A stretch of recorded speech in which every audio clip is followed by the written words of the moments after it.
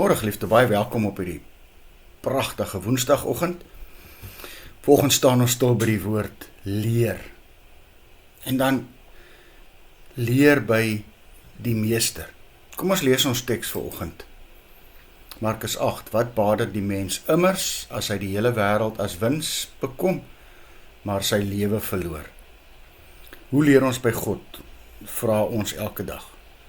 Ons kom maar weer terug by die een enkele ding. Ons kan nie by God leer, ons kan nie God leer ken, ons kan nie God se stem hoor, as ons nie stil word en by hom gaan sit nie. Daar's nie 'n ander manier nie. Ons sal nooit die sagte stem van God in ons binneste kan hoor, te midde en middein 'n besige, gejaagde lewe en wêreld nie. Nou gaan ek en jy onmiddellik uitroep en sê, ja, maar vir party is dit makliker as ander. Party se lewens laat dit toe. Wat van ons met ons gejaagdheid? En nou moet ons vir mekaar vra. Dit laat ons dink aan die woorde van die Here Jesus self as hy met Martha praat. En vir ons sê, maar vir haar sê, Martha, Maria het die beste deel gekies.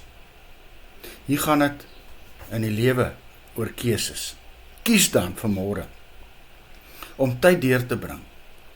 Maak tyd. Kry 'n spesiale tyd. Bestuur jou tyd so dat jy by die leermeester kan uitkom.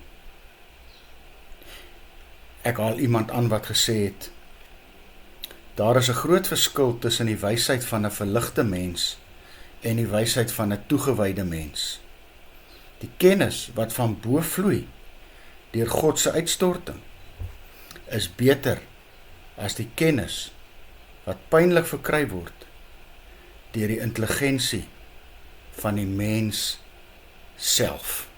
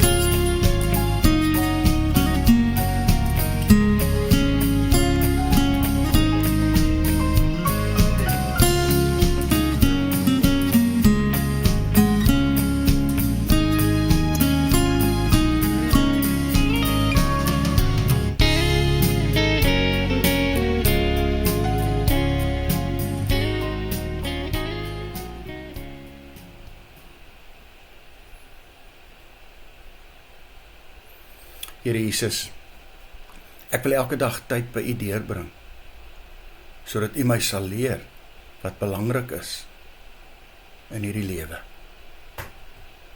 Help my daartoe. Amen.